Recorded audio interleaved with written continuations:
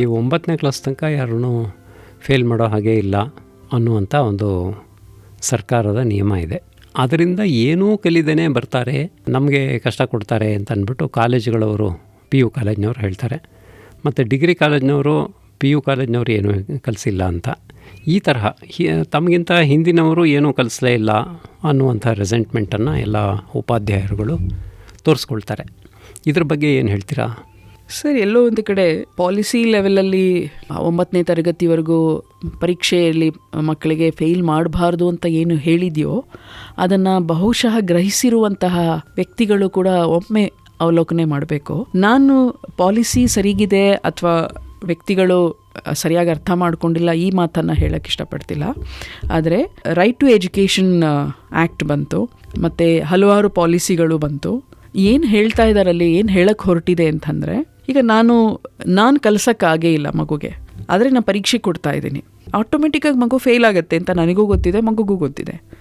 So ಈ ಲೆವೆಲ್ಗೆ ತರೋ ಅವಶ್ಯಕತೆಯೇ ಇಲ್ಲ. ನಾನು ಏನು ಹೇಳ್ಕೊಡ್ಬೇಕು ಮಗುಗೆ, ಒಂದು ಒಳ್ಳೆಯ ವಾತಾವರಣದಲ್ಲಿ, ಒಂದು ಕಂಡ್ಯೂಸಿವ್ ಎನ್ವೈರನ್ಮೆಂಟಲ್ಲಿ ನಾನು ಅದನ್ನು ಕಲಿಸ್ಬೇಕೇ ವಿನಃ ನಾನು ಪಾಲಿಸಿನೇ ಸರಿ ಇಲ್ಲ, ಎಲ್ಲರನ್ನೂ 9ನೇ ತರಗತಿವರೆಗೂ ತಳ್ಳಿ ಅಂತ ನಾನು ಕೂಡ ಒಪ್ಕೊಳ್ಳಲ್ಲ. ಅದನ್ನು ಮಗು ಪ್ರತಿ ಹಂತದಲ್ಲೂ ಕಲಿಯುವ ಚಾಕಚಕ್ಯತೆ ಮಗುಗೂ ಇದೆ. ಕಲಿಸುವ ಹಲವಾರು ತರಬೇತಿಗಳು, ಸಂಸ್ಥೆಗಳು ಹುಟ್ಕೊಂಡಿದೆ. ಸರ್ಕಾರ ಕೂಡ, ಸರ್ಕಾರೇತರ ಸಂಸ್ಥೆಗಳು ಕೂಡ ಸಾಕಷ್ಟು ಇನ್ವೆಸ್ಟ್ ಮಾಡ್ತಾ ಇದೆ.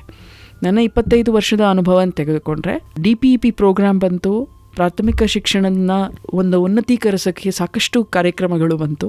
ಹಲವಾರು ರಾಜ್ಯಗಳಿಗೆ ಹೋಗಿ ಹೊಸ ಹೊಸ ಆವಿಷ್ಕಾರ ಮಾಡಿದಂತಹ ಶಿಕ್ಷಣ ಪದ್ಧತಿಯನ್ನು ತಂದು ಮಾಡೋಕ್ಕೆ ಶುರು ಮಾಡಿದ್ರು. ಎಲ್ಲೋ ಒಂದು ಕಡೆ ನಾನು ವೈಯಕ್ತಿಕವಾಗಿ ಹೊಣೆ ಹೊತ್ಕೋಬೇಕೇ ವಿನಃ ಒಂದು ಪಾಲಿಸಿ ಆಗ್ಬೋದು ಅಥವಾ ಒಂದು ಸಂಸ್ಥೆಯಾಗಿರ್ಬೋದು ಅಥವಾ ಇನ್ಯಾರನ್ನೋ ನಾನು ಬೆಟ್ ಮಾಡಿ ಪ್ರತಿ ಹಂತದಲ್ಲೂ ನಾನು ಬಚಾವಾಗ್ತಾ ಹೋದರೆ ಎಲ್ಲಿದೆ ಇದಕ್ಕೆ ಕೊನೆ ಅಂತ. ಸೊ ಪಾಲಿಸಿ ತುಂಬಾ ಚೆನ್ನಾಗಿದೆ, ನಮ್ಮ ದೇಶದ ಪಾಲಿಸಿ, ನಮ್ಮ ಶಿಕ್ಷಣದ ರೀತಿ ನೀತಿಗಳು ಬಹಳಷ್ಟು ಚೆನ್ನಾಗಿದೆ. ಈಗ NEP ಬಂದಿದೆ, ಅದು ಕೂಡ ಬಹಳ ಸಮಗ್ರವಾಗಿ ಕಾಂಪ್ರಹೆನ್ಸಿವ್ ಆಗಿ ಹೇಳುತ್ತೆ. ಏನು ಅಂದರೆ, ಮಗುವಿನ ಕಲಿಕೆಯ ಅನುಗುಣವಾಗಿ, ಕಲಿಕಾ ಸಾಮರ್ಥ್ಯಕ್ಕೆ ಅನುಗುಣವಾಗಿ ಕಲಿಸುವುದು ಶಿಕ್ಷಕನ ಪಾತ್ರ. ಶಿಕ್ಷಣ ಅಂದ್ರೇನು, ಶಿಕ್ಷಕ ಅಂದ್ರೇನು ಅಂತ NCFT ಟ್ರೈನಿಂಗ್ನಲ್ಲಿ ಹೇಳುತ್ತೆ. ಆಮೇಲೆ ಹಲವಾರು ಪಾಲಿಸಿಗಳು ಇದನ್ನೇ ಮಾತಾಡುತ್ತೆ. ನ್ಯಾಷನಲ್ ಎಜುಕೇಷನ್ ಪಾಲಿಸಿನಲ್ಲಿ ಇನ್ನೊಂದು ಮುಕ್ತವಾಗಿ ಏನು ಹೇಳ್ತಾ ಇದೆ ಅಂದರೆ, ಸೈನ್ಸ್ ಕಲಿತಾ ಇದೆಯಾ, ಸೈನ್ಸ್ ಕಲಿತಾ ಇರೋ ಸಂದರ್ಭದಲ್ಲಿ ಸೋಷಿಯಲ್ ಸೈನ್ಸ್ ಯಾವುದೋ ವಿಚಾರ ಬರುತ್ತೆ, ಅದನ್ನು ಒಂದು ಇಂಟರ್ಡಿಸಿಪ್ಲಿನರಿಯಾಗಿ ಹೇಗೆ ಹೇಳ್ಕೊಡ್ಬೋದು. ಯಾಕೆಂದರೆ ಮಗು ಪ್ರತಿಯೊಂದನ್ನು ಒಂದು ಹೋಲಿಸ್ಟಿಕ್ಕಾಗಿ ಕಲಿಯುತ್ತೆ, ಒಂದೊಂದು ಪಾರ್ಟ್ ಬೈ ಪಾರ್ಟ್ ಕಲಿಯಲ್ಲ. ಸೊ ಇದು ನ್ಯಾಷನಲ್ ಎಜುಕೇಷನ್ ಪಾಲಿಸಿ ಕೂಡ ಅದರ ಬಗ್ಗೆ ಮಾತಾಡುತ್ತೆ. ಇಂಟಿಗ್ರೇಟೆಡ್ ಟೀಚಿಂಗ್ ಬಗ್ಗೆ ಮಾತಾಡ್ತೀವಿ ಇವತ್ತು. ಆರ್ಟ್ ಮೂಲಕ, ಏಕೆಂದರೆ ಯಾವುದೇ ಒಂದು ಕಲೆಯ ಮೂಲಕ ನಾನು ಕಲಿತಾಗ ಅದು ಬಹಳ ಪರಿಣಾಮಕಾರಿಯಾಗಿರುತ್ತೆ. ಸೊ ಆರ್ಟ್ ಇಂಟಿಗ್ರೇಟೆಡ್ ಟೀಚಿಂಗಲ್ಲಿ social science with science, physics with arts, dance with science ಅಥವಾ language with drama, so theatre in education ಇರ್ಬೋದು, ಮ್ಯೂಸಿಕ್ ಇನ್ ಎಜುಕೇಷನ್ ಇರ್ಬೋದು, ಡಾನ್ಸ್ ಇನ್ ಎಜುಕೇಷನ್ ಇರ್ಬೋದು. ಸೊ ಒಂದು ಲಲಿತ ಕಲೆಗಳ ಜೊತೆಗೆ ನಾನು ಕಲಿತ್ಕೊಳ್ಳೋ ಅಂಥದ್ದು ಇದೆಯಲ್ಲ, ಅದು ಹೆಚ್ಚು ಕ್ಯೂರಿಯಾಸಿಟಿಯನ್ನು ಬೆಳೆಸುತ್ತೆ. ಮತ್ತು ಎರಡು ಬ್ರೈನ್ ಹೆಮಿಸ್ಪಿಯರ್, ರೈಟ್ ಬ್ರೈನ್ ಇರ್ಬೋದು, ಲೆಫ್ಟ್ ಬ್ರೈನ್ ಹೆಮಿಸ್ಪಿಯರ್, ಎರಡು ಹೆಮಿಸ್ಪಿಯರನ್ನು ನಾನು ಸಮವಾಗಿ ಬಳಸಿ ನಾನು ಕಲಿತಾಗ ಹೋಲಿಸ್ಟಿಕ್ಕಾಗಿ ಕಲ್ತ್ಕೊಳ್ತೀನಿ. ಯಾವುದೇ ಮಗು ಕಲಿಯೋದಕ್ಕೆ ಹಾಗೆ ಇಷ್ಟಪಡುತ್ತೆ. ಸೊ ಅದನ್ನು ಹೇಳ್ಕೊಡುವ ವಿಧಾನವನ್ನು ಶಿಕ್ಷಕ ತಾನು ಅಳವಡಿಸ್ಕೊಂಡಾಗ ನಾವು ಈ ಎಕ್ಸಾಮ್ ಫಿಯರ್ ಇರ್ಬೋದು ಅಥವಾ ಎಲ್ಲ ಮಕ್ಕಳನ್ನು ತಳ್ತಾ ಕಾಲೇಜ್ವರೆಗೂ ತೊಗೊಂಡು ಹೋಗೋದು, ಇದೆಲ್ಲ ಪ್ರಶ್ನೆನೇ ಬರೋದಿಲ್ಲ. ನಾನು ಸಮರ್ಥನಾಗಿದ್ದಾಗ, ಶಿಕ್ಷಕಿಯಾಗಿ ನಾನು ಸಮರ್ಥಳಾಗಿದ್ದಾಗ, ಪ್ರತಿ ಹಂತದಲ್ಲೂ ಹೊಸದನ್ನು ನಾನು ಅಳವಡಿಸ್ಕೊಳ್ಳೋಕ್ಕೆ ಶುರು ಮಾಡಿದಾಗ, ನನ್ನ ಪ್ಯಾರಡೈಮ್ ಶಿಫ್ಟ್, ಟೀಚರ್ ಸೆಂಟರ್ಡ್ ಆಗಿ ಯೋಚನೆ ಮಾಡ್ತಿದ್ದದನ್ನು ಚೈಲ್ಡ್ ಸೆಂಟ್ರಿಕ್ ಆಗಿ ಯೋಚನೆ ಮಾಡೋದನ್ನು ಪ್ರತಿ ಪಾಲಿಸಿ ಹೇಳುತ್ತೆ, ಪ್ರತಿ ಆ್ಯಕ್ಟ್ ಹೇಳುತ್ತೆ. ಇದನ್ನು ಬಿಟ್ಟು ನಾವು ಯಾವುದೋ ಸರಿ ಇಲ್ಲ ಅಂತ ಪ್ರತಿ ಹಂತದಲ್ಲೂ ಮಾತಾಡಿದ್ರೆ ನಮ್ಮಲ್ಲಿ ನಕಾರಾತ್ಮಕ ಭಾವನೆ ಎಷ್ಟಿದೆ ಅನ್ನೋದನ್ನು ಯೋಚನೆ ಮಾಡಬೇಕಾಗತ್ತೆ. ಈ ಮೌಲ್ಯಮಾಪನ ಅಂತ ಅನ್ನುವಂಥದ್ದು ಇದೆಯಲ್ಲ, ಅದು ಶಿಕ್ಷಣದಲ್ಲಿ ಯಾವ ಒಂದು ಸ್ಥಾನವನ್ನು ಪಡ್ಕೊಂಡಿದೆ? ನನ್ನ ಒಂದು ದೃಷ್ಟಿಯಲ್ಲಿ ಪ್ರತಿ ಹಂತದಲ್ಲೂ ಮೌಲ್ಯಮಾಪನ ಮಾಡಿಕೊಂಡು ನಾವು ಎಲ್ಲಿದ್ದೀವಿ ಅಂತ ಕಂಡುಕೊಳ್ಳೋದು ತುಂಬ ಒಳ್ಳೆಯದು ಅಂತ ಅನಿಸುತ್ತೆ. ಈ ಟೀಚರ್ಸೇ ಆಗಲಿ, ಸ್ಟೂಡೆಂಟ್ಸಿಗೆ ಅವ್ರಿಗೆ ಗೊತ್ತಿರಲ್ಲ, ಆವಾಗ ನಾವು ಅದರಿಂದ ಮೌಲ್ಯಮಾಪನ ಮಾಡ್ತೀವಿ. ಅವರ ಒಂದು ಉತ್ತರಗಳನ್ನು ಅವರು ಯಾವ ರೀತಿ ಇದು ಮಾಡ್ತಾರೆ ಅಂತನ್ನುವಂಥದ್ದನ್ನು ಮಾಡಿ ಅವರಿಗೆ ತಿಳಿಸ್ತೀವಿ. ಆದರೆ ಅದನ್ನು ಅಕ್ಸೆಪ್ಟ್ ಮಾಡ್ಕೊಳ್ಳುವಂಥದ್ದು, ಮೌಲ್ಯಮಾಪನ ಮಾಡಿಕೊಳ್ಳುವಂಥದ್ದು, ಇವುಗಳಿಗೆ ಯಾವ ಸ್ಥಾನ ಇದೆ ನಮ್ಮ ವ್ಯವಸ್ಥೆಯಲ್ಲಿ? ಭಾಳ ಭಾಳ ಪ್ರಸ್ತುತ ಸಂದರ್ಭದಲ್ಲಿ ತುಂಬಾ ಉತ್ತಮವಾದ ಪ್ರಶ್ನೆ ಕೇಳ್ತಾ ಇದ್ದೀರಾ ಸರ್. ನೀವು ಕೇಳಿರ್ಬೋದು, ಮೌಲ್ಯಮಾಪನಗಳ ಬಗ್ಗೆ ಕೂಡ ಕಂಟಿನ್ಯೂಸ್ ಕಾಂಪ್ರಹೆನ್ಸಿವ್ ಇವ್ಯಾಲ್ಯೂಯೇಷನ್ ಅಂತ ಹೇಳಿ CBSE ತುಂಬ ವರ್ಷದಿಂದ 10 ವರ್ಷ, ಮೋರ್ ದೆನ್ 10 ಇಯರ್ಸ್ ಈ ವಿಚಾರವನ್ನು CBSE NCERT ಬೋರ್ಡ್ನಲ್ಲಿ ಇದನ್ನು ತಂದರು. ಇದನ್ನು CBSE ಒಂದೇ ಅಲ್ಲ, ಸ್ಟೇಟ್ ಬೋರ್ಡು ಕೂಡ ಇದನ್ನು ಅಳವಡಿಸ್ಕೊಳ್ಬೇಕಾಗಿ, ಅಂದರೆ ಕಂಟಿನ್ಯೂಯಸ್ ಆಗಿ ನಿರಂತರವಾಗಿ ಕಾಂಪ್ರಹೆನ್ಸಿವ್ ಆಗಿ ಒಂದು ಸಮಗ್ರವಾಗಿ ಮೌಲ್ಯಮಾಪನ ಮಾಡೋದು ಹೇಗೆ ಅನ್ನೋದನ್ನು ಎಷ್ಟು ಜನ ಇಂಟರ್ನಲೈಸ್ ಮಾಡಿಕೊಂಡ್ರೋ ಆ ಸಂಸ್ಥೆಗಳು, ಆ ಶಾಲೆಗಳು ತುಂಬ ಚೆನ್ನಾಗಿ ನಡೆಸ್ಕೊಂಡು ಹೋಗ್ತಾ ಇದೆ. ನನಗೆ ಎಷ್ಟೊಂದು ಎಕ್ಸಾಂಪಲ್ಸ್ ಇದೆ. ನಾನು ಪ್ರತಿ ಹಂತದಲ್ಲೂ ನಾನು ಶಿಕ್ಷಣ ಸಂಸ್ಥೆಗಳಲ್ಲಿ ಶಿಕ್ಷಣ ವಿಚಾರದಲ್ಲಿ ಕೆಲಸ ಮಾಡಿದಾಗ ಪಾಸಿಟಿವ್ ಆಗೇ, ತುಂಬ ಹೋಪ್ವಾಗೇ ನಾನು ನೋಡೋದು, ಹೋಪ್ಫುಲ್ಲಾಗೇ ನೋಡೋದು. ಯಾವುದೇ ಪಾಲಿಸಿ ಬರಲಿ, ಏನೇ ಬರಲಿ, ಅದರಲ್ಲಿ ಫಾರ್ಮೇಟಿವ್ ಅಸೆಸ್ಮೆಂಟ್, ಸಮೇಟಿವ್ ಅಸೆಸ್ಮೆಂಟ್ ಬಗ್ಗೆ ಸಾಕಷ್ಟು ತರಬೇತಿಗಳು ಕೂಡ ಕೊಟ್ಟಿದ್ದೀವಿ. ಎಷ್ಟೋ ಆರ್ಟಿಕಲ್ಗಳು ಬಂದಿದೆ. ಕೆರೋಲ್ ಆ್ಯಂಡ್ ಟಾಮ್ಲಿನ್ಸನ್ ಅಂತ ಹೇಳಿ ಒಬ್ಬ ಶಿಕ್ಷಣ ತಜ್ಞೆ ಅದರ ವಿಚಾರವಾಗಿ ತುಂಬ ಆಳವಾಗಿ ಅಧ್ಯಯನ ಮಾಡಿದ್ದಾರೆ. ಸೊ ಅಲ್ಲಿ ಒಂದು ಮಾತನ್ನು ಹೇಳ್ತಾರೆ ಅವರು, ಒಂದು ಮೌಲ್ಯಮಾಪನ ಅಂತ ಹೇಳಿದ್ರೆ ಮೌಲ್ಯಮಾಪನ ಬೇಕಾಗಿರೋದು ಶಿಕ್ಷಕನಿಗೆ. ನಾನು ಹೇಳಿಕೊಟ್ಟ ಒಂದು ವಿಧಾನದಿಂದ ಮಗು ಎಷ್ಟು ಗ್ರಹಿಸಿದೆ ಅದೇ ನನ್ನ ಪರೀಕ್ಷೆ ಆಗಬೇಕು. ಅದು ಉಲ್ಟಾ ಮಾಡ್ಕೋಬೇಕು. ನಾನು ಪ್ರತಿ ಹಂತದಲ್ಲೂ ರಿಫ್ಲೆಕ್ಟ್ ಮಾಡ್ಕೋಬೇಕು. ನಾನು ಕಲಿಸಿರೋ ವಿಧಾನ ಮಗುವಿಗೆ ಅರ್ಥ ಆಯ್ತಾ, ಈ ವಿಧಾನದಲ್ಲಿ ನಾನು ಕಲಿಸ್ಲಿಲ್ಲ. ಸಪೋಸ್ ನಾನು chalk and talk method, lecture ಮೆಥಡಲ್ಲಿ ಹೇಳ್ಕೊಟ್ಟೆ. ಇದರಲ್ಲಿ ಮಗುಗೆ ಒಂದು 10 ಮಕ್ಕಳಲ್ಲಿ 4 ಮಕ್ಕಳಿಗೆ ಅರ್ಥ ಆಯಿತು, ಇನ್ನು ಉಳಿದದ್ದು 6 ಮಕ್ಕಳಿಗೆ ಅರ್ಥ ಆಗಲಿಲ್ಲ. ಬೇರೆ ಯಾವ ಮಾಧ್ಯಮಗಳಿದೆ, ಬೇರೆ. ಸೊ ಅದಕ್ಕೆ ಮೌಲ್ಯಮಾಪನ ಬೇಕು. ಅಂದರೆ ಇದು ಶಿಕ್ಷಕನಿಗೆ ಬೇಕಾಗಿರುವಂಥದ್ದು. ಹಾಗೆ ಮಗುಗೂ ಕೂಡ ಸೆಲ್ಫ್ ಇವ್ಯಾಲ್ಯೂಯೇಷನ್ ಮಾಡುವಂಥದ್ದು. ಚಿಕ್ಕ ವಯಸ್ಸಲ್ಲೇ ಮಕ್ಕಳಿಗೆ ಮೌಲ್ಯಮಾಪನ ಮಾಡಿಕೊಳ್ಳುವಂಥದ್ದನ್ನು ಹೇಳ್ಕೊಟ್ಟಾಗ ಸ್ವ ಅಧ್ಯಯನ ಮಾಡ್ಕೊಳ್ಳೋಕ್ಕೆ, ಇಂಡಿಪೆಂಡೆಂಟ್ ಲರ್ನರ್ ಆಗೋಕ್ಕೆ ಮಗುಗೆ ಅದು ಬಹಳ ಸೂಕ್ತವಾದ ಇದು. ಮತ್ತು ಇನ್ನೊಂದು ಪಿಯರ್ ಲರ್ನಿಂಗ್ ಅಂತ ಹೇಳ್ತಾರೆ, ಹಾಗೆ ಪಿಯರ್ ಅಸೆಸ್ಮೆಂಟ್ ಕೂಡ ಹೇಳ್ತಾರೆ. ಈ ಕಂಟಿನ್ಯೂಯಸ್ ಕಾಂಪ್ರಹೆನ್ಸಿವ್ ಇವ್ಯಾಲ್ಯೂಯೇಷನಲ್ಲಿ ಹಲವಾರು ಥರದ ಮೌಲ್ಯಮಾಪನ ಬಗ್ಗೆ ಹೇಳಿದ್ರು. ಬರೀ ಕೇವಲ pencil and paper test method ಒಂದೇ ಅಲ್ಲ, ಬಹಳಷ್ಟು ಇದೆ. ಪಿಯರ್ ಅಸೆಸ್ಮೆಂಟಲ್ಲಿ ಫ್ರೆಂಡ್ ನನ್ನನ್ನು ಇವ್ಯಾಲ್ಯೂಯೇಟ್ ಮಾಡೋದು, ನಾನು ಅವನನ್ನು ಇವ್ಯಾಲ್ಯೂಯೇಟ್ ಮಾಡೋದು, ಇದು ಬಹಳಷ್ಟು ನಾವು ಸಾಮಾಜಿಕವಾಗಿ ಕಲಿಯೋದಕ್ಕೆ ಬಹಳಷ್ಟು ಹೆಲ್ಪ್ ಮಾಡುತ್ತೆ. ಪ್ರೆಷರಿಂದ ಪಿಯರ್ ಲರ್ನಿಂಗ್ ಬರುತ್ತೆ. ಹಾಗೆ ಪಿಯರ್ ಅಸೆಸ್ಮೆಂಟ್ ಕೂಡ ನಮಗೆ ಮೌಲ್ಯಮಾಪನ ಮಾಡ್ಕೊಳ್ಳೋಕ್ಕೆ ಸಾಕಷ್ಟು ಇದಾಗುತ್ತೆ. ಸೊ ಅದರಲ್ಲಿ ಫಾರ್ಮೇಟಿವ್ ಅಸೆಸ್ಮೆಂಟು ಅಂದರೆ ತರಗತಿಯ ಒಂದು ಕಲಿಕಾ ಸಂದರ್ಭದಲ್ಲಿ, ಕಲಿಕೆ ನಡೆಯುತ್ತಿರೋ ಸಂದರ್ಭದಲ್ಲಿ ಈ ಅವಕಾಶಗಳನ್ನು ಸೆಲ್ಫ್ ಇವ್ಯಾಲ್ಯೂಯೇಷನ್ನು, ಸೆಲ್ಫ್ ಅಸೆಸ್ಮೆಂಟ್ ಇರ್ಬೋದು, ಪಿಯರ್ ಅಸೆಸ್ಮೆಂಟ್ ಇರ್ಬೋದು, ಮತ್ತು ಗುಂಪಿನಲ್ಲಿ ಹಲವಾರು ಮಾಧ್ಯಮಗಳಿಂದ, ಈಗ ಒಂದು ಪ್ರಾಜೆಕ್ಟ್ ಬೇಸ್ಡ್ ಲರ್ನಿಂಗ್ ಇರ್ಬೋದು, ಒಂದು ಡ್ರಾಮಾ ರೋಲ್ ಪ್ಲೇ ಮಾಡೋದ್ರಿಂದ ಇರ್ಬೋದು, ಅಥವಾ ಒಂದು ರೀಡಿಂಗ್ ಮೆಥಡಿಂದ ಇರ್ಬೋದು, ಹಲವಾರು ಮೆಥಡಾಲಜಿನಲ್ಲಿ ಶಿಕ್ಷಕ ಮತ್ತು ಮಕ್ಕಳ ಮಧ್ಯದಲ್ಲಿ ಅಸೆಸ್ಮೆಂಟ್ ನಡೀತಾನೇ ಇರಬೇಕು. ಅದನ್ನು ಶಿಕ್ಷಕ ಕೇವಲ ಒಂದು ಡಾಕ್ಯುಮೆಂಟೇಷನ್ ಪರ್ಪಸ್ಗೋಸ್ಕರ ಮಾತ್ರ ನೋಡದೆ, ಅದು ಒಂದು ತನ್ನ ಹಿಮ್ಮಾಹಿತಿಗಾಗಿ, ಫೀಡ್ಬ್ಯಾಕ್ಗಾಗಿ ಶಿಕ್ಷಕ ನೋಡಿದ್ರೆ ಮೌಲ್ಯಮಾಪನಕ್ಕೆ ಸಂಪೂರ್ಣವಾದ ಅರ್ಥ ಇರುತ್ತೆ. ಸೊ ಇವ್ಯಾಲ್ಯೂಯೇಷನ್ಗೆ ಯಾವಾಗಲೂ ಫೀಡ್ಬ್ಯಾಕ್ ಅಟ್ಯಾಚ್ ಆಗಿರಬೇಕು. ಆ ಫೀಡ್ಬ್ಯಾಕ್ ಕೂಡ ಮಗುಗೂ ಕೊಡಬೇಕು, ಮಗುವಿಂದ ಸ್ವೀಕರಿಸಲೂಬೇಕು. ಸೊ ಎಷ್ಟೋ ಶಾಲೆಗಳಲ್ಲಿ ಇದು ನಡೀತಾ ಇದೆ. ಫೀಡ್ಬ್ಯಾಕ್ನ ಮಕ್ಕಳಿಂದನೂ ಕಲೆಕ್ಟ್ ಮಾಡ್ಕೊಳ್ತಾ ಇದ್ದಾರೆ ಬೇರೆ ಬೇರೆ ಮಾಧ್ಯಮದಲ್ಲಿ. ಸೊ ಇದು ಕಂಟಿನ್ಯೂಸ್ ಆಗಿ ನಡೀತಾ ಇದ್ದರೆ ಶಿಕ್ಷಕ ನಿರಂತರವಾಗಿ ಕಲಿಯುವಂತಹ ವ್ಯಕ್ತಿ ಆಗ್ತಾನೆ. ನಾನು ಪ್ರಾರಂಭದಲ್ಲೇ ಇದನ್ನು ಹೇಳಿದೆ, teaching is nothing but learning ಅಂತ ಹೇಳಿ. ಸೊ ನನಗೆ 25 ವರ್ಷದಲ್ಲಿ ಕಂಟಿನ್ಯೂಸ್ ಲರ್ನಿಂಗ್ ಏನು ಅಂತಂದರೆ, ಅದೊಂದು ಮೇಘಾಲಯದಲ್ಲಿ ಇದ್ದಂಥ ಸಂದರ್ಭದಲ್ಲಿ ಅಲ್ಲಿಯ ಸಂಪ್ರದಾಯದಲ್ಲಿ, ಅಲ್ಲಿಯ ಒಂದು ಕಲ್ಚರಲಿ ಮಕ್ಕಳು ಕಲಿಯೋ ವಿಧಾನ ಇರ್ಬೋದು, ಅಥವಾ ಕರ್ನಾಟಕದಲ್ಲಿ ಒಂದು ತುಂಬ ಹಿಂದುಳಿದ ತಾಲೂಕು ಅಂತ HD ಕೋಟೆನ ಏನು ಹೇಳ್ತೀವಿ, ಅಲ್ಲಿದ್ದಂಥ ಆದಿವಾಸಿ ಮಕ್ಕಳು ಕಲಿಯುವಂಥ ವಿಧಾನ ಇರ್ಬೋದು, ಅಥವಾ ನಾರ್ತ್ ಕರ್ನಾಟಕಗಳಲ್ಲೂ ನಾನು ಸಾಕಷ್ಟು ಹೋಗಿದ್ದೀನಿ, ಅಲ್ಲಿ ಕಲಿಯುವಂತಹ ವಿಧಾನ ಇರ್ಬೋದು.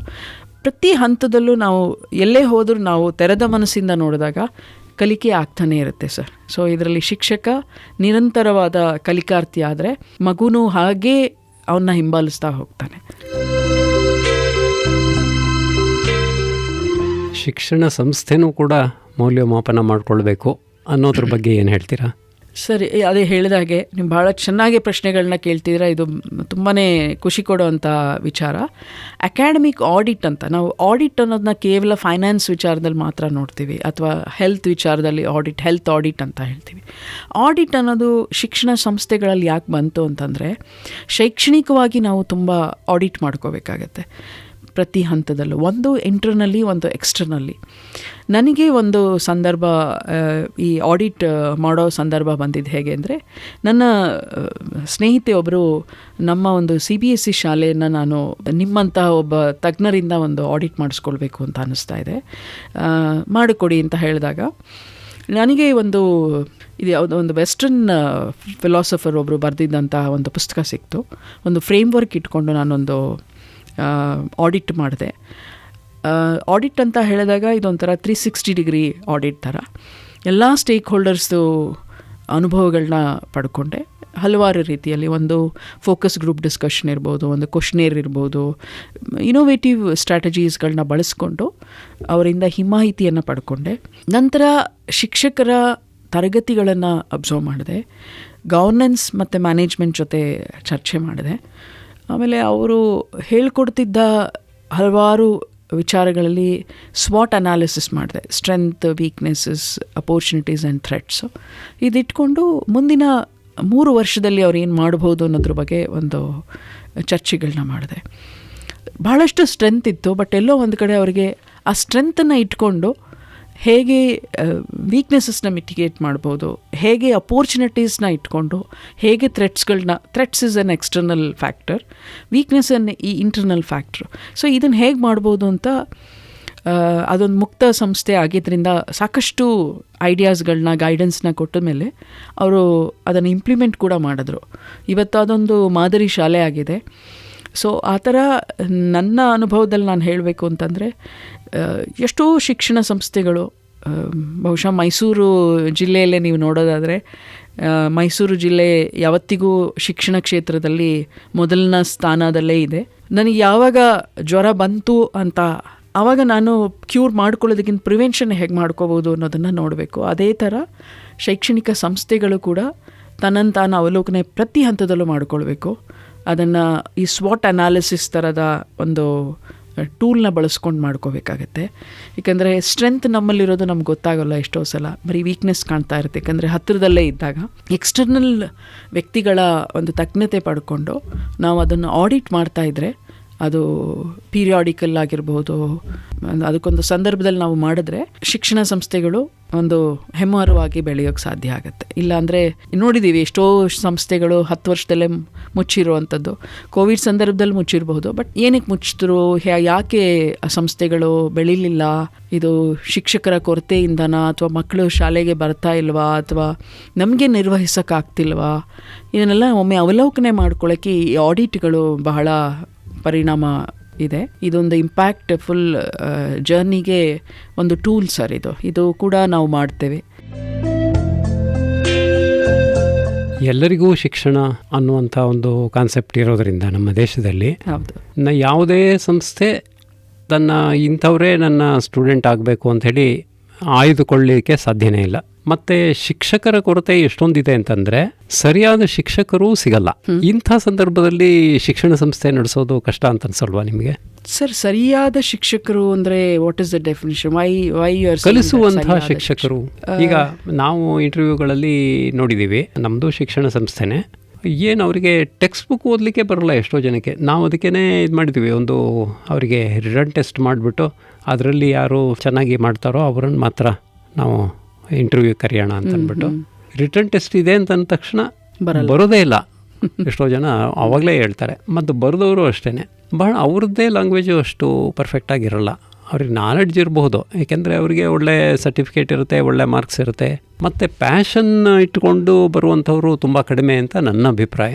ಟೀಚರ್ಸು, ನಾನು ಟೀಚ್ ಮಾಡಬೇಕು, ಟೀಚರ್ ಆಗಬೇಕು ಅನ್ನುವಂಥ ಒಂದು ಕಲ್ಪನೆಯಲ್ಲಿ ಕಲಿತು ಅದೇ ರೀತಿ ಅವರು ಟೀಚರ್ ಆಗಿ ಬರುವಂಥವರು, ಅದರಲ್ಲಿ ಸಂತೋಷವನ್ನು ಕಾಣೋರು ಕಡಿಮೆ ಅಂತ ಅನಿಸುತ್ತೆ. ಹಾಗೆ ನಾನು ಹೇಳ್ತಾ ಇರೋದು. ಹೌದು, ಸರಿಯಾದ ಶಿಕ್ಷಕರು ಸಿಗಲ್ಲ ಅನ್ನೋದರಲ್ಲಿ ಅದು ಅರ್ಥ.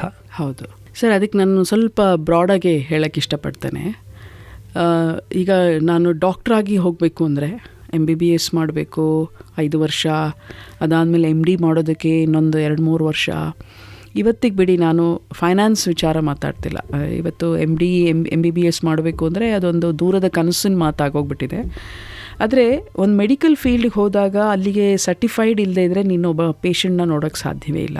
ಆಮೇಲೆ ಅವನೊಂದು ಪ್ಯಾಷನೇಟ್ ಇರಲೇಬೇಕು ಅಲ್ಲಿ ಸರ್ವೈವ್ ಆಗಬೇಕು ಅಂತಂದರೆ. ಹಾಗೆಯೇ ಒಂದು ಲಾಯರ್ ವೃತ್ತಿ ಇರ್ಬೋದು ಅಥವಾ ಒಬ್ಬ ಇಂಜಿನಿಯರ್ ಆಗಬೇಕು ಅಂತಂದರೆ ಇದಕ್ಕೆಲ್ಲನೂ ಅವ್ರದ್ದೇ ಆದ ಒಂದು ಮೆಥಾಡಿಕಲ್ ಆಗಿ ಅದನ್ನು ಕಂಪ್ಲೀಟ್ ಮಾಡಿ ಆ ಕೋರ್ಸ್ನ ಮಾಡಿದ್ರೆ ಮಾತ್ರ ಸರ್ಟಿಫೈಡ್ ಫಾರ್ ದಿಸ್ ಪೊಸಿಷನ್ ಅಂತ ಹೇಳ್ತಾರೆ. ಇವತ್ತಿಗೆ ಅಲ್ಲೂ ಕೂಡ ಡೈಲ್ಯೂಟ್ ಆಗಿದೆ, that's A different thing. But ನಾನು ಹೇಳ್ತಿರೋದು ಒಂದಾನೊಂದು ಕಾಲದಲ್ಲಿ 20 ವರ್ಷದ ಹಿಂದೆ ಕೂಡ ಮೆಡಿಕಲ್ ಇಂಜಿನಿಯರಿಂಗ್ ಪ್ರೊಫೆಷನ್ಗೆಲ್ಲ ಅಷ್ಟು ಸುಲಭವಾಗಿ ಹೋಗೋಕ್ಕಾಗ್ತಿರ್ಲಿಲ್ಲ. Unless you are mathematic ability ಅಥವಾ ಯುವರ್ ರೀಸನಿಂಗ್ ಎಬಿಲಿಟಿ ಚೆನ್ನಾಗಿದ್ರೇ you are position better in a engineering profession. ಹಾಗೆಯೇ ಮೆಡಿಕಲ್ ಫೀಲ್ಡಲ್ಲೂ ಕೂಡ ನೀನು ಬಯಾಲಜಿ ಅಥವಾ ನಿನಗೆ ಆ ಒಂದು ಬಾಡಿ ಅನಾಟಮಿ ಬಗ್ಗೆ ಸಾಕಷ್ಟು ಅನುಭವ ಗೊತ್ತಿದ್ದು ಪ್ಯಾಷನ್ ಇದ್ದರೆ ಮಾತ್ರ ನೀನು ಮೆಡಿಕಲ್ ಫೀಲ್ಡಲ್ಲಿ ಮುಂದುವರಿಯೋಕ್ಕೆ ಸಾಧ್ಯ ಆಗ್ತಾಯಿತ್ತು. ಆದರೆ ಇದೆಲ್ಲನೂ ಬಿಟ್ಟು ಇವತ್ತು ಶಿಕ್ಷಣ ಹೇಗಾಗ್ಬಿಟ್ಟಿದೆ ಅಂದರೆ ಅದೊಂಥರ ಓಪನ್ ಫೀಲ್ಡ್. ಅದು anybody can enter this field. Tom, Dick and Harry is running a school. ನಾನು ಇವತ್ತು ಎಷ್ಟೊಂದು ಸಂಸ್ಥೆಗಳನ್ನ ನೋಡಿದ್ದೀನಿ, ಹತ್ತಿರ ಹೋಗಿ ನೋಡಿದ್ದೀನಿ. ಆ ಶಾಲೆಗಳಲ್ಲಿ ಅಲ್ಲಿ ಸಂಸ್ಥೆ ನಡೆಸ್ತಿರೋರು ಏನಕ್ಕೆ ನಡೆಸ್ತಿದ್ದೀನಿ ಗೊತ್ತಿಲ್ಲ, ನಡೆಸ್ತಾ ಇದ್ದಾರೆ. ಅಂದರೆ you can start, anybody can start any institution, anybody can become a teacher, anybody ಅಂದರೆ ನಾನು ಮತ್ತೆ ಹೇಳ್ತಾ ಇರೋದು ಆ ಸರ್ಟಿಫೈಡ್ ಇಲ್ಲದೆ ಇರೋರು, ಆ ಪ್ಯಾಷನ್ ಇಲ್ಲದೆ ಇರೋವಂಥವ್ರು ಯಾರು ಬೇಕಾದ್ರೂ ಬಂದು ಇವತ್ತು ನಡೆಸ್ಬೋದು.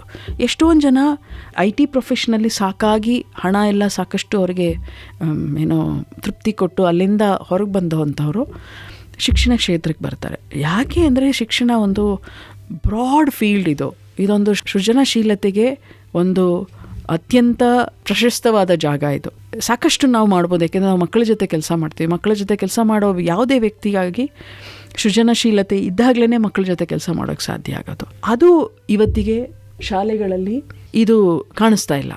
ಸೊ ಇದು ಏನಾಗಿದೆ, ಶಿಕ್ಷಣ ಅನುಭವ ಪಡ್ಕೊಂಡಿರ್ಬೋದು ಅಥವಾ ಶಿಕ್ಷಣ ಶಾಲೆಗಳಲ್ಲಿ ನಾನು ಕೆಲಸ ಮಾಡ್ತೀನಿ ಅನ್ನುವ ಒಂದು ಆಸೆಯಿಂದ ಬರುವಂಥ ವ್ಯಕ್ತಿಗಳು ಬಹಳಷ್ಟು ಕಡಿಮೆ.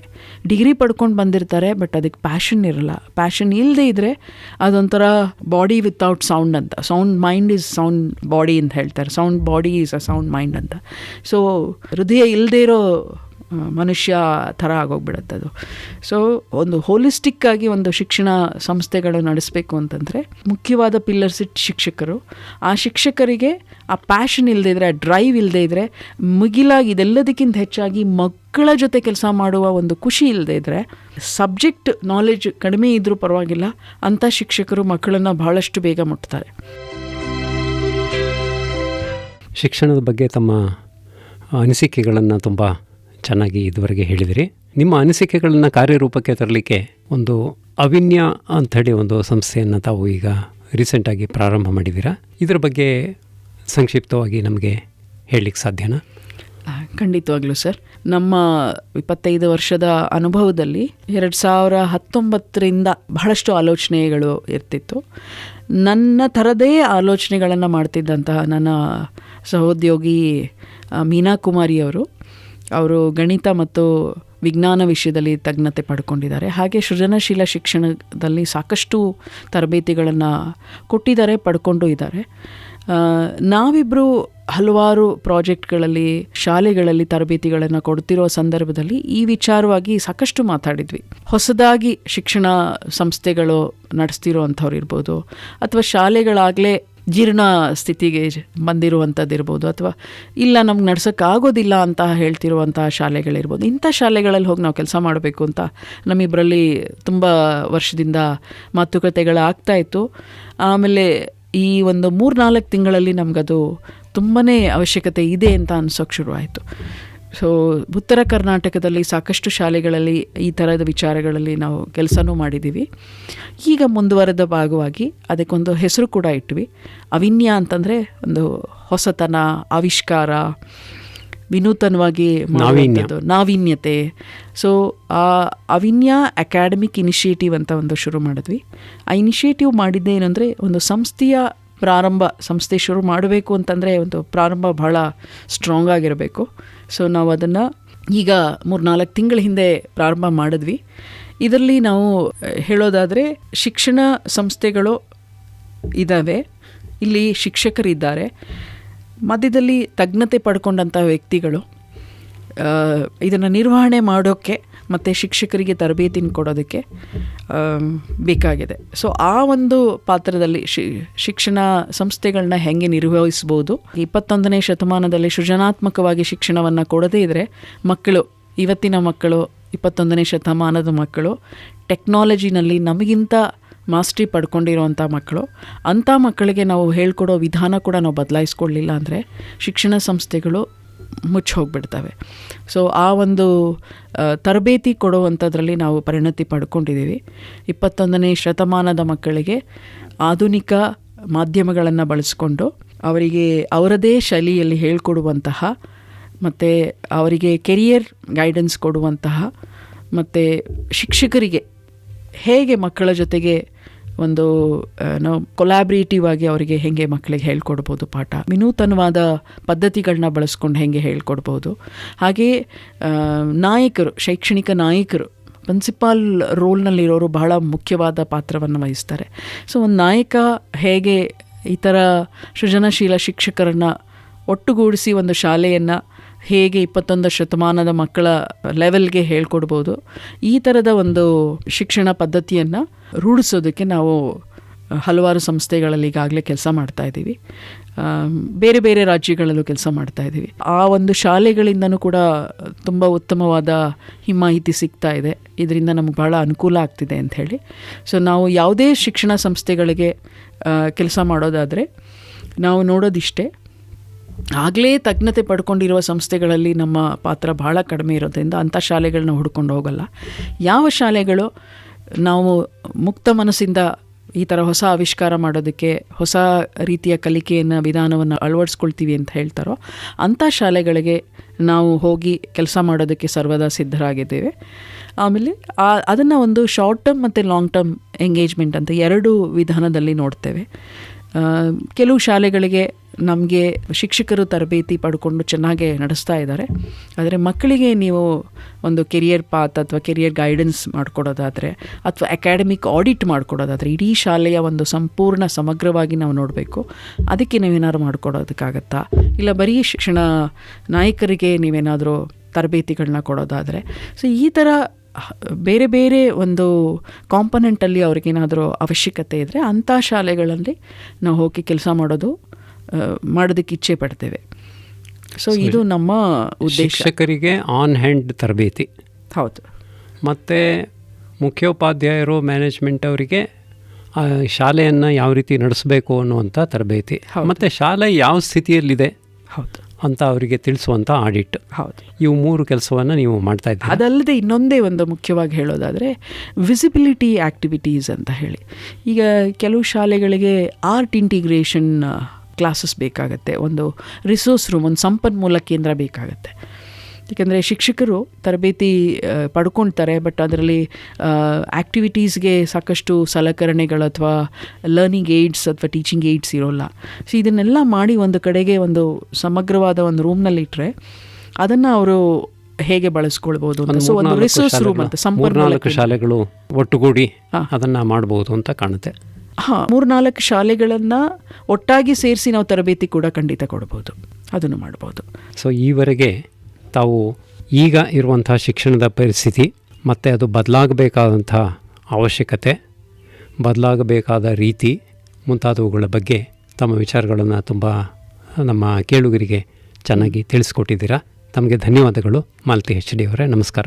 ಇಲ್ಲಿವರೆಗೂ ಮಾತಾಡೋಕ್ಕೆ ಅವಕಾಶ ಕೊಟ್ಟಿದ್ದಕ್ಕೆ ಧನ್ಯವಾದಗಳು. Thank you sir.